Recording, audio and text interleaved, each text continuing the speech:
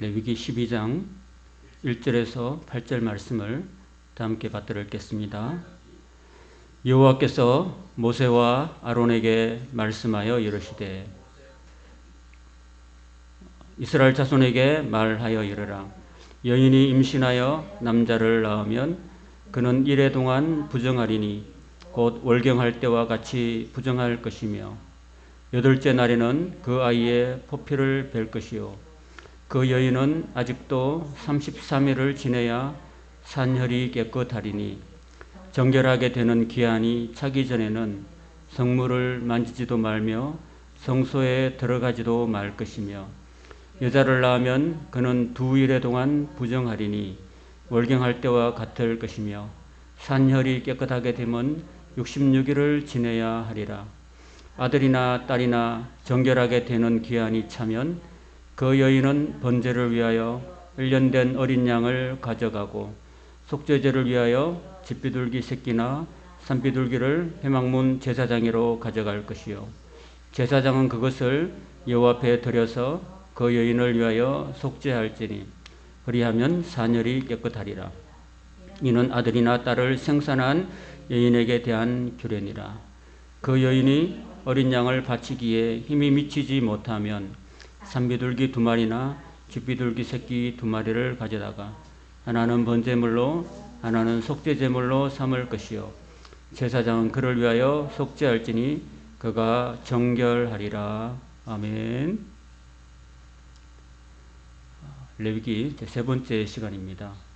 오늘 읽었던 12장의 말씀은 여인이 아이를 출산했을 때 남자아이를 출산할 때와 여자아이를 출산할 때가 다르다. 산후에 피가 정결하게 되는 그런 기간과 규례를 다루고 있습니다. 보통 엄마들이 아이를 10달 동안 임신하죠. 그리고 2달 정도 이렇게 산혈 정도가 산혈이 깨끗해지니까 10달하고 2달 합치면 12달이죠. 그러니까 여러분이 외우기 쉽게 레위기 12장은 산후에 정결되는 기간이다. 이렇게 쉽게 외우시면 되겠습니다. 임신기간 10달, 산후 정결되는 기간이 2달, 총 12달이 되니까 그렇게 외워두시면 되겠습니다. 남자를 출생시키면은 40일 도합 40일 정도 지나야지 되고 여자가 태어나면은 80일 정도 지나야 된다고 합니다. 그러니까 남자 만들기가 쉬워요? 여자 만들기가 쉬워요? 그런 거 처음 들어봤죠? 여자 만드는 게 더 어렵다. 남자는 이렇게 뭉쳐놓으면 되는데 여자들은 또 미장 작업을 또 하면 돼야 돼요. 이쁘게 만드는 작업을 또 해야 되니까 여자의 몸이 좀 더 뭐랄까요? 좀 더 세밀하고 남자보다는 좀 더 하나님이 좀 더 세심하게 신경을 썼지 않았는가. 원래 아담을 먼저 만드셨죠. 그 다음에 갈비뼈를 꺼내가지고 깊이 잠들게 하신 후에 갈비뼈를 제대로 해가지고 여자를 만드셨는데 아마 또 더 정성 들여서 하나님이 만들지 않았는가. 그래서 성경은 남아를 존중하는 사상도 있지만은 여아를 하나님께서 굉장히 귀하게 여기십니다. 천국에는 남자들이 많을까요? 여자들이 많을까요? 주로 예수님을 따라다녔던 12제자들 외에 많은 여인들이 예수님을 따라다니셨다. 예수님의 12제자들은 예수님께서 십자가에 못 박히실 때 다 도망갔죠. 사랑하는 제자만 남아있고 없어요. 그런데 모친과 그리고 뭐 이런저런 마리아들이 예수님이 십자가에 못 박히실 때 목숨 걸고 함께 하였던 것을 봅니다. 그리고 오늘날 교회의 모습을 보면은 여성들이 굉장히 많습니다. 남자보다 일반적으로 많습니다. 성경에는 여인들의 그 이름이라든지 숫자가 많이 기록되지 않지만은 그럼에도 불구하고 하나님께서는 여인들을 굉장히 사랑하신다는 사실을 이걸 통해서도 보여주고 있습니다. 그리고 산혈이 깨끗하게 되는 기간이 있는데 아이를 하나 이렇게 출생하면은 그 엄마 뱃속에 있는 모든 더러운 피들이 확 빠져나온다고 해요. 피가 한번 싹 걸러지는 거죠. 그래서 애를 많이 낳으면 낳을수록 엄마의 산열이 많이 깨끗해진다는 겁니다. 여러분. 하나님께서는 태초에 사람 만드시고 생육하고 번성하라고 명령하셨거든요. 그래서 그 옛날에는 많은 그런 다산을 했죠. 지금은 우리 한국 사람들, 특별히 젊은 여성층들이 제가 최근에 들은 보고에 하면은 0.8 그러니까 여성 한 명이 한 명도 제대로 안 낳는다는 거예요.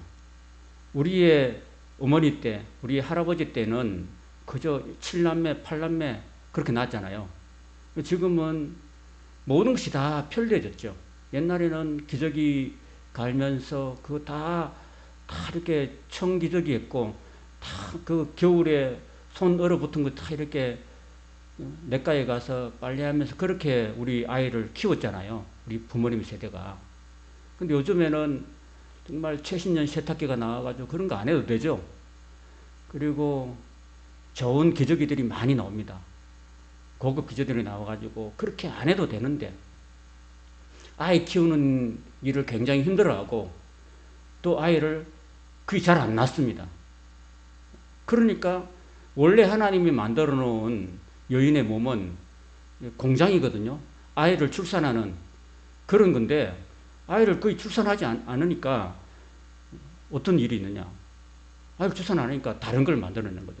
온갖 그런 뭐 부인암들, 자궁암들 이런 것들을 뭐 자기 안에서 만들어내는 거예요. 여러분. 출산을 많이 하는 여성들은요 절대로 암에도 안 걸립니다. 여러분. 자궁암에도 안 걸려요. 그런데 출산을 안 하니까 자궁암에 걸리는 거예요. 여러분. 그걸 아셔야 됩니다. 이거는 제가 여러분들한테 드리는 말씀이 아니고 젊은 세대들한테 그래서 겨우 좀 자녀를 많이 낳고 그 자녀들을 믿음으로 잘 키워서 그 다 하나님 나라 백성으로 만들어야 되는 그런 중차대한 사명이 여인에게 있어요. 그런데 오늘 우리 한국 사회가 수십조의 돈을 들여서 출산 장려 정책을 펴지만은 우리 젊은 여성들은 꼼짝을 안 하죠. 안 낳습니다.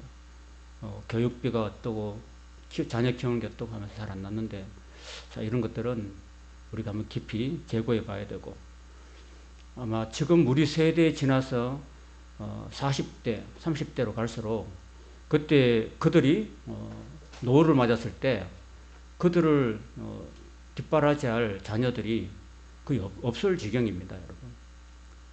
그런 안타까운 그런 모습을 우리가 금방 닥치게 될 것입니다. 그 인구 절벽이 우리 앞에 다가와 있는 거죠.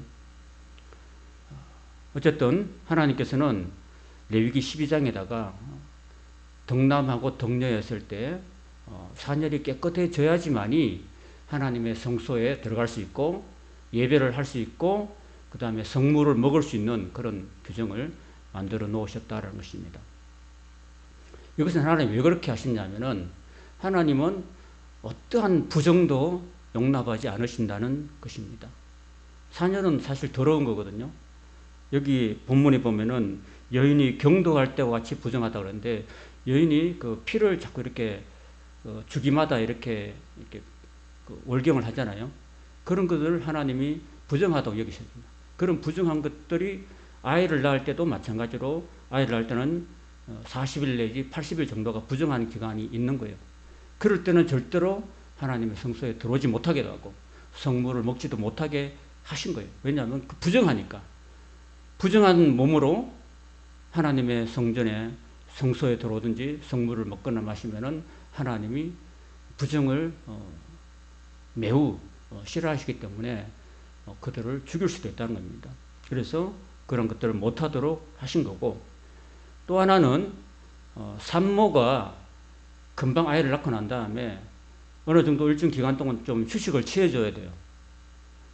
우리 옛날에 우리 어머니 세대, 우리 할아버지 세대들은 애를 낳고 금방 또 밭에 밭일을 하러 가셨어요. 그 산후 뭐 조리할 시간도 없었던 거예요. 그런 것들이 우리의 그 참 이렇게 문화인데 하나님께서는 이미 모세를 통해서 3,400년 전에 산모가 산후조리를 할 시간이 필요하다는 거죠. 그래서 산모를 노동으로부터 보호해주는 그런 역할을 하나님이 하도록 명령하셨던 것입니다. 그런 걸 보면은 이 땅에 생명을 주시는 하나님, 그리고 생명을 잉태한 그 어머니에 대한 하나님의 그 사랑의 배려, 그런 것이 여기에 담겨 있다는 것입니다. 자, 그러면은 이런 걸 생각해 보면 하나님은 율법을 통해서 우리를 얽매려고 하시는 거예요? 아니면 우리를 사랑으로 보호하시고 배려하시는 것이라고 생각하십니까? 사랑으로 보호하시고 배려하시는 하나님의 뜻이 담겨 있는 거죠. 지난주에 제가 레위기 11장을 말씀드렸는데 왜 인간이 육식을 하면서 먹을 것과 먹지 못할 것을 가려 구분했냐면은 어차피 인간은 육식을 하는데 건강하도록, 그래도 하나님 믿는 백성들이 머리가 똑똑해지도록, 건강하도록, 장수하도록, 아프지 않고 삶의 질이 아주 좋아지도록 하나님께서 배려해 주신 배려법, 사랑의 법이라고 말씀을 드릴 수가 있겠습니다. 그래서 저는 이 레위기가 참 귀하다는 말씀이 들어요.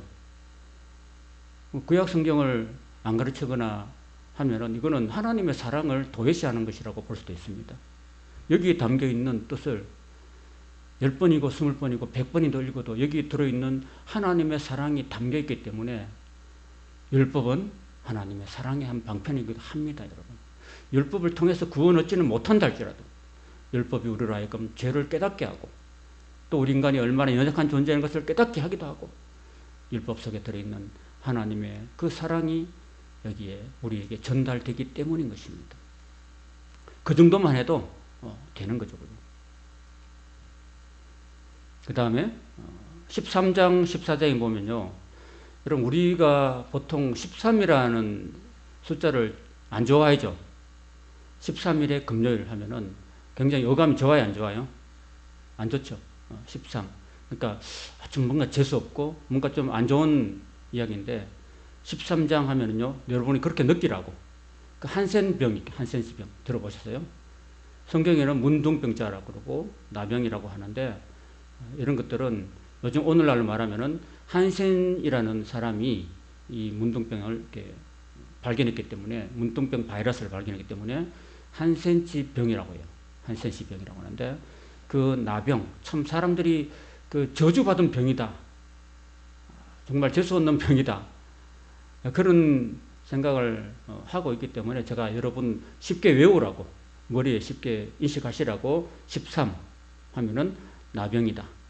나병 진찰법. 그리고 14장은 나병에서 깨끗하게 된 사람의 정결법. 이런 것을 13장과 14장에 다루고 있습니다. 여러분 나병, 피부병인데요. 피부가 나병이라는 것이 이렇게 피부 깊숙하게 들어간 게 아니라 피부 바로 밑에 층에 생기는 병이에요, 여러분. 피부 바로 층에. 그 피부가 굉장히 건강과 밀접한 연관이 있다라는 것을 우리가 알 수 있어요. 여러분의 건강을 피부를 보면 알 수 있습니다. 그렇죠? 피부가 거뭇거뭇하거나 피부에 무이상하게 난이 나거나 피부가 좀 까칠까칠하거나 이런 사람들은 건강이 안 좋죠. 안 좋습니다. 그래서 이 피부라는 것에 대해서 오늘날 현대 과학자들이나 한의학자들도 굉장히 많이 다루고 있습니다, 여러분. 이 피부의 특징을 보면요, 넓이가 약 2제곱미터 정도 된다고 합니다. 우리 인체에서 가장 큰 기관이 바로 피부고, 피부는 몸을 보호하는 방어벽 역할도 합니다. 그리고 이 몸의 이 피부가 바로 나를 밖으로 드러내주는 거울 같은 거, 나의 모습을 그대로 증명해주는 그런 모습이 되기도 합니다. 그러니까 피부라는 것은 굉장히 중요하다고 볼 수 있습니다. 제가 11장 이야기하면서 짐승들은 보통 땀을 잘 배출하지 못한다고 잘 말씀드렸죠. 그래서 굽이 갈라진 짐승들은 인체에 있는 노폐물이나 땀을 그 굽이 갈라진 틈을 통해서 배출한다고 말씀도 드렸는데 인간은 동물과 다르게 온 전신에다 땀구멍이 있어요. 제가 아까 이 생강차를 마시고 나니까 몸이 막 더워져요. 더워져서 이 땀으로 지금 내가 몸에 좀 땀이 좀 배어 있는 것 같아요. 이 피부를 통해서, 땀구멍을 통해서 사람이 체온을 조절한다고 합니다. 체온을. 내 몸이 뜨거우면은 39도, 40도 되면 사람이 죽잖아요. 그러니까 피부의 열을 바깥으로 땀구멍을 통해서, 피부를 통해서 발산함으로써 내 체온을 적절하게 유지해주는 그런 역할을 이 피부가 감당하는 겁니다. 이 땀 배출을 통해서, 또 지속적인 땀 배출을 통해서 뭐 이렇게 음식을 먹거나 또는 적절한 운동을 통해서 지속적인 땀의 배출을 통해서 모든 피부 질환을 예방하기도 하고 관리할 수 있다고 의학자들이나 한의학자들은 말하고 있는 것입니다. 여러분, 그래서 여러분들이 적절하게 좋은 날씨 가운데 여러분이 적절한 운동을 하시다가 등줄기에 땀이 쭉 흐르면은 이마에 땀이 흐를 정도로 운동하시면은 피부에 좋고 건강에 좋다는 사실입니다. 그래서 적절한 운동을 하라고 이렇게 의학자들이 이야기하고 있는 거죠. 그리고 피부가 좋은 사람들의 세 가지 특징이 있다고 합니다. 네 가지 특징인데, 첫째는 잘 먹어야 된답니다. 여러분.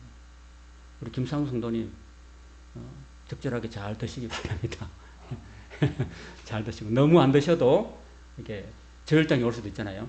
또 너무 과식해도 고혈당이 오니까 적절하게 지방, 탄수화물, 단백질을 적절하게 잘 고루고루 잘 섭취하시고, 제가 또 천천히 드시라고 제가 지난주에도 말씀을 드렸습니다. 꼭꼭 잘 씹어서 침으로부터 잘 소화시키는 그런 약도 있고, 그래서 나이가 들수록 점점 건강관리를 잘 하셔야 되는 거죠. 잘 먹어야지만이 내 피부가 이렇게 깨끗해지는 거예요. 잘 드셔야지만이. 그 다음에 북한 어린이들 보면은 잘 못 먹어가지고 피골이 삼재배죠. 그런 것처럼 잘 못 먹으면 또 문제가 된 거죠. 그 다음에는 잘 자야 돼요, 여러분. 보통 피부가 좋은 사람들 특징들은 하루에 6시간에서 8시간 정도는 푹 수면을 한다고, 그러니까 숙면을 취한다고 합니다, 여러분. 그래서 여러분, 혹시 여러분 중에서 아직도 숙면을 취하지 못하신다면은 여러분 하나님께 기도하십시오. 하나님, 제가 숙면을 잘 못 취하고 있습니다. 무슨 이유인지 저를 고쳐주세요 하고 여러분 기도하시고, 그리고 좀 말씀을 잘 들여다보시고 뭔가 하나님께서 여러분을 잘 자도록 이렇게 도와주시기를 축원합니다. 사람이 잘 자야 돼요. 잘 먹고 잘 자야지 건강한 겁니다, 여러분. 자꾸 이렇게 수면이 부족하거나 숙면이 안 되면은 사람의 몸이 약해지고 면역력이 떨어지니까. 그래서 하나님께서 사랑하는 자에게 잠을 주신다고 하셨는데, 하나님, 내가 하나님을 사랑하니까 하나님도 저를 사랑해 주셔서 저에게 늘 날마다 비록 고된 일을 할지라도 깊이 잠을 잘 잘 수 있도록 은혜를 내려주세요 하고 여러분 기도하시고 또 주무시길 바랍니다. 여러분이 건강해야지만이 다른 사람을 도울 수 있고 사랑할 수 있기 때문에 여러분이 건강하시기를 주님의 이름으로 축원합니다. 그리고 운동을 잘 하시기 바랍니다. 운동을 해서 땀을 잘 배출하시고, 그렇게 해야지 피부가 깨끗해지고 피부 속의 모든 중금속이나 노폐물들이 운동을 통해서, 적절한 운동을 통해서 빠져나가기 때문에 그런 사람은 피부가 윤기가 돕니다. 그리고 한 가지 더 붙이면은 물도 많이 드시기 바랍니다. 그리고 채식도 권합니다. 성경의 다니엘서에 보면은 다니엘이 제1차 포로 잡혀갔습니다. 바벨론 느부갓네살 왕에게 끌려가서 거기서 왕자들이 받는 교육을 받는데, 그가 이방인들에게 제사한 제사 음식, 그러니까 그 고기들을 안 먹기로 작정을 했었습니다.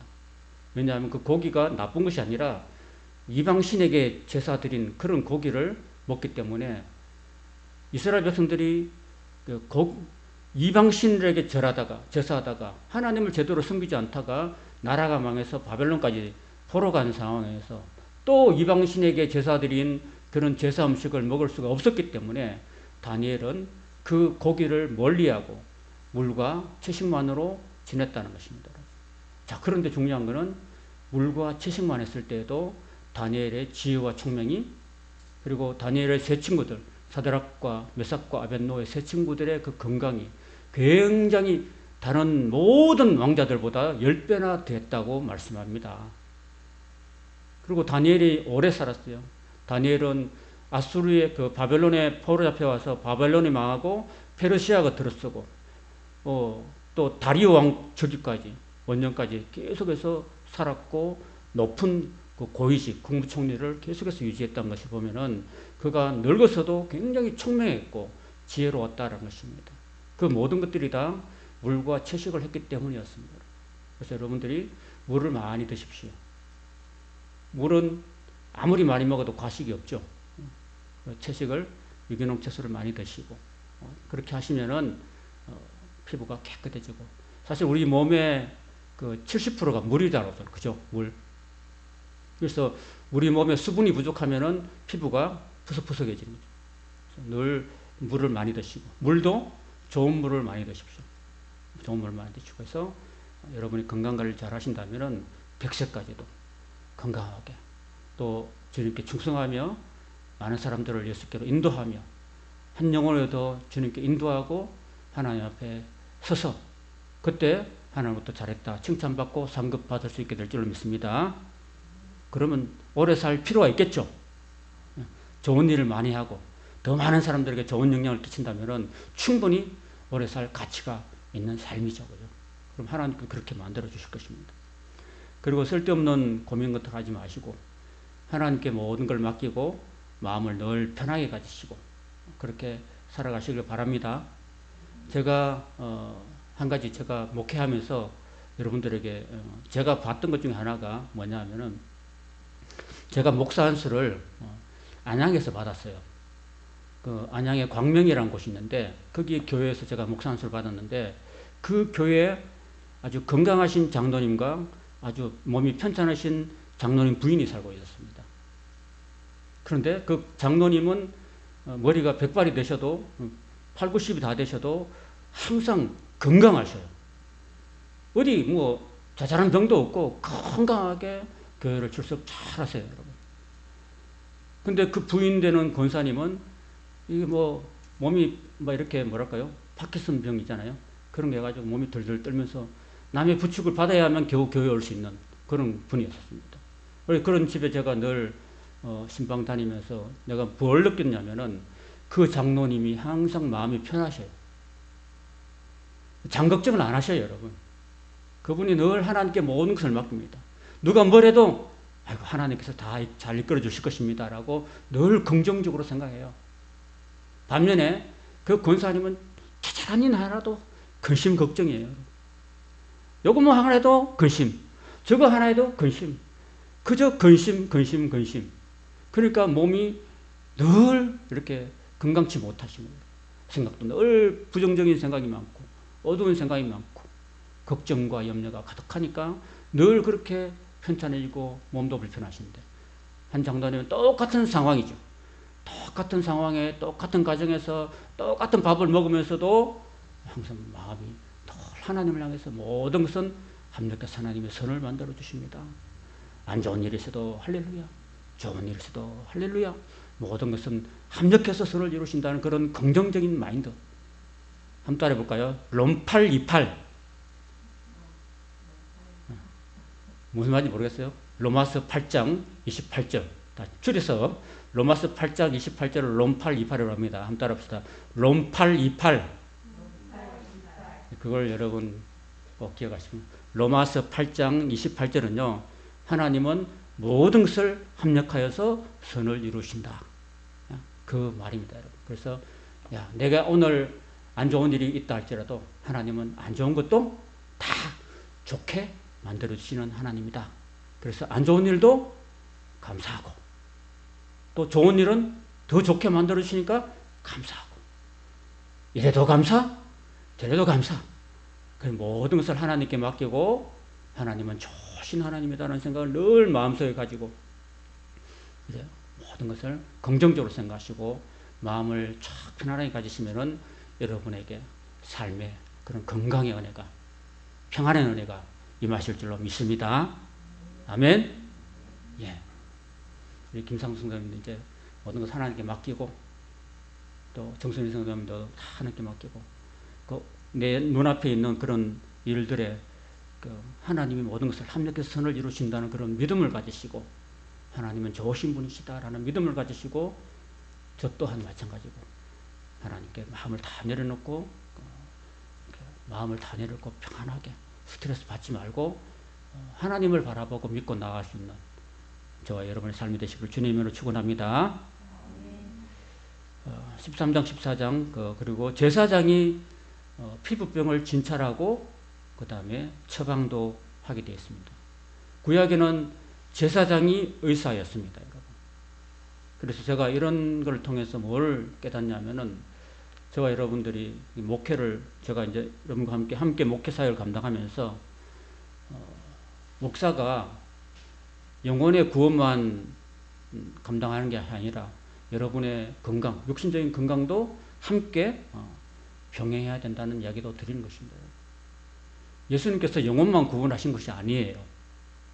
예수님은 3년 반의 공생애를 지나면서 항상 어디로 가든지 제일 먼저 하신 일은 병자를 고치시고 그들을 괴롭히는 귀신을 내어 쫓으셨습니다. 그래서 예수님의 사역의 3분의 2가 다 이런 치유 사역이었습니다. 치유 사역. 아픈 성도들을 그냥 두시고 보시지 않으셨어요. 유대인들이 안식일에는 병자를 고치지 말라고 그렇게 당부를 해도 예수님은 그냥 몰래 가서 병자를 다 고쳐주고 또 도망가 버리시고 이렇게 하시는데요.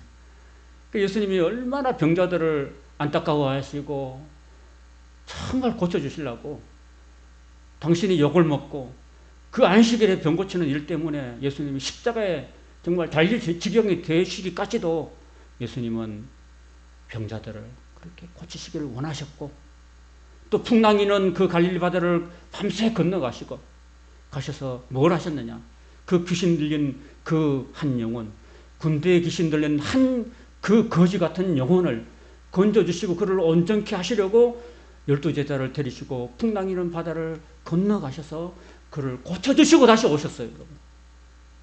온 제자들이 그렇게 그 많은 수많은 군중들이 밤새도록 예수님을 기다렸습니다. 그리고 예수님이 그 건너가신 유일한 목적은 그 귀신 들린 그 병자를 고쳐주시는 거 그 하나였습니다. 그리고 고쳐주시고 하나님의 영광을 드러내시고 다시 건너오시고 다시 또 많은 사람들을 고쳐주시는 그런 사역을 감당하셨어요. 뿐만 아니라 십자가에 높이 달리셔서 몸짓고 피 흘려 죽으심으로 저와 여러분의 죄악을 다 대신 감당하시고 화목제물이 되시고, 저와 여러분 누구든지 그 예수님의 십자가를 믿으면, 그 십자가의 보혈을 받아들이면 누구든지 다 믿는 자마다 의롭게 해주시고 구원을 베푸시는 영원 구원의 의사가 되신 것을 믿습니다, 여러분. 그래서 그 돌아가신 그 유명한 그 어떤 목사님 계시는데, 그 요한사무서 1장 2절의 말씀을 늘 그렇게 강조하셨던 분이 계시죠. 사랑하는 자여, 내 영혼이 잘됨 같이 내가 범사에 잘되고 강건하기를 내가 간구하노라. 요한사무서 1장 2절의 말씀이죠. 그죠? 그래서 영혼도 잘 돼야 되고 범사도 잘 되고 또 육신도 강건한 삶을 살기를 원한다고 그 사랑의 사도 요한이 이렇게 편지를 쓰고 있는 거예요. 그 사랑하는 여러분, 여러분들도 이 영혼이 잘 되고 범사가 잘 되고 강건한 은혜를 받으시기를 축원합니다. 그리고 무엇보다도 중요한 것은요, 오늘날은 현대학이 굉장히 발달했는데 그 치료의학도 중요하지만은 예방의학도 참 중요하다고 볼 수 있습니다, 여러분. 그렇죠? 예방의학이 중요한 거죠, 그렇죠? 여러분, 병 나가지고 하나님의 능력으로 고침받은 것도 은혜죠. 그렇지만은 병 안 나는 것 자체가 은혜죠. 병을 어떻게 하면 안 날까요, 여러분? 말씀을 지키는 것이 바로 병을 안 나게 하는 그런 원리인 줄로 믿습니다, 여러분. 말씀을 지키는 것이 예방의학입니다. 출애굽기 15장 26절의 말씀을 같이 한번 읽어보겠습니다. 앞에 나와 있습니다. 출애굽기 15장 26절 같이 읽겠습니다. 시작. 이르시되 너희가 너희 하나님 나 여호와의 말을 들어 순종하고 내가 보기에 의를 행하며 내 계명에 귀를 기울이며 내 모든 규례를 지키면 내가 애굽 사람에게 내린 모든 질병 중 하나도 너희에게 내리지 아니하리니 나는 너희를 치료하는 여호와임이니라. 아멘. 여호와 라파입니다. 치료하시는 하나님. 우리가 이 땅에 살면서 질병에 걸려가지고 나 자신과 가족을 고통스럽지 않게 하려면 하나의 방법, 바로 하나님의 말씀을 순종하고 지키는 거예요. 그러면 하나님께서 우리를 하여금 어떤 질병도 걸리지 않도록 건강하게 장수하도록 은혜를 베푸시는 하나님이라고 약속하셨습니다. 말씀대로 살기를 주님의 이름으로 축원합니다. 시간이 좀 지났지만 그 다음에 15장은 유출병이라고 있습니다. 성병, 이것도 성병이죠. 여러분, 성병은 지금도 존재하지만 3,400년 전에도 존재했습니다. 성병이 왜 존재하냐면은 성적인 범죄가 있기 때문에 존재하고 있는 것입니다. 그래서 오늘 레위기 15장 31절에 보면 이렇게 말씀하십니다. 너희는 이와 같이 이스라엘 자손으로 그 부정에서 떠나게 하여 그 가운데 있는 내 성막을 더럽히고 그 부정한 중에서 죽임을 명쾌하라 말씀하십니다. 여러분, 제가 말씀을 드렸잖아요. 고린도전서 3장 16절에 보면 너희는 너희 자신이 너희 몸이 하나님의 거룩한 성령의 전인 줄 알지 못하느냐고 말씀하십니다. 저와 여러분들은 지금도 그렇고 그 옛날도 그렇고 하나님을 믿는 성도들의 이 몸 자체가, 마음 자체가 바로 하나님의 성령이 거하시는 성전이라는 사실을 기억하시고, 그 사도 바울이 우리에게 늘 말씀하셨듯이 하나님이 너희 안에 거하시고 너희가 하나님의 백성이 되고 또 하나님이 너희 가운데 거하신다는 것을 믿으면은 너희의 모든 영과 혼과 모든 육체 가운데서 자신을 스스로 깨끗이 하라고 당부하셨습니다. 저와 여러분은 성전된 몸이 하나님의 성전된 몸과 마음이기 때문에 이 성전된 몸과 마음을 늘 깨끗이 하고 정결하게 할 수 있도록 그렇게 살아야 될 줄로 믿습니다, 여러분. 그죠? 여러분, 우리가 이렇게 집을 딱 이렇게 지어서 안에 살면은 집안에 온통 온갖 쓰레기 같은 거, 냄새 나는 거 놔두면 돼요, 안 돼요? 그 집에 온통 그냥 냄새가 진동하고 온갖 세균들이 번식해서 그 집에 사는 사람 병이 나겠죠. 그렇지만 그 더럽고 냄새나고 하는 것들은 전부 다 깨끗하게 치우고 그렇게 사는 것이 건강한 길인 것처럼 우리 마음속에 모든 더러운 것들을 다 내어놓고 깨끗한 하나님 말씀으로 채우고 성령으로 우리를 채워야지만이 우리가 깨끗하고 정결하고 능력 있고 건강한 삶을 살게 될 줄로 믿습니다. 그 다음에 16장에는 속죄일에 대한 규정이 나옵니다. 속죄일은 1년에 제1차 7월 10일 날 속죄일을 지내는데, 속죄일에 제사장은 자신을 거룩하게 하고 거룩한 옷을 입어야 되고, 그 백성들의 죄를 속하기 위해서 2마리의 염소를 잡는데 한 마리는 하나님께, 한 마리는 광야로 보내는데, 그 광야로 보내진 염소는 예수 그리스도를 예표하고 있습니다.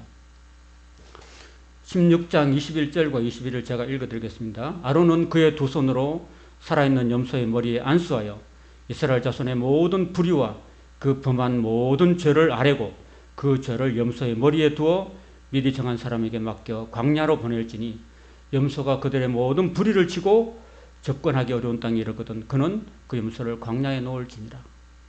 여러분, 염소 한 마리를 딱 잡아가지고 그 머리에다가 두 손으로 안수해서 이스라엘 백성들의 모든 불의한 것과 모든 범죄들을 다 전가시킵니다. 전가시켜가지고 이 염소를 광야로 보내요. 그 광야에 보내는 염소를 아사셀의 염소라고 하는데, 그 모든 죄를 짊어져가지고 그 염소가 광야에 내보내지면은 그 염소는 사자밥이 되거나 짐승의 밥이 돼요. 죽어요. 그렇게 함으로써 이스라엘 백성들의 죄를 담당하고 속하는 것입니다. 대속하는 거죠. 바로 그 아사셀의 염소가 바로 예수 그리스도라고 세례 요한이 말합니다. 세례 요한이 요한복음 1장 29절에 보면 이튿날 요한이 예수께서 자기에게 나오심을 보고 이르되 보라 세상 죄를 지고 가는 하나님의 어린 양이로다. 그렇게 말합니다. 그게 바로 세상의 모든 죄를 다 예수님한테 하나님이 옮기셔가지고 그 예수님이 아사셀의 염소가 되셔가지고 세상의 모든 죄를 다 십자가에 그 몸에 다 짊어지시고 갈보리 십자가 높이 달리셔서 우리 죄를 대속해서 몸과 피를 다 찢어주시고 흘려주셔서 우리가 예수 그리스도의 그 속죄를 통해서 대속을 통해서 우리에게 모든 죄가 다 사함받게 된 줄로 믿습니다. 우리는 그 예수님의 십자가의 은혜를 우리가 다시 한번 날마다 기억하면서 지금 저와 여러분들이 사순절 기간을 지나고 있어요. 이 사순절 기간 동안에 예수 그리스도의 십자가의 은혜를 깊이 묵상하시고 날 위해 대신 죽으신 그 예수님을 깊이 생각하고 나를 사랑하신 그 예수님의 그 사랑 깊이 생각하고 나도 주님의 그 사랑에 보답하고 응답하는 그런 결단을 할 수 있는 이 사순절 기간이 될 수 있기를 주님의 이름으로 축원합니다.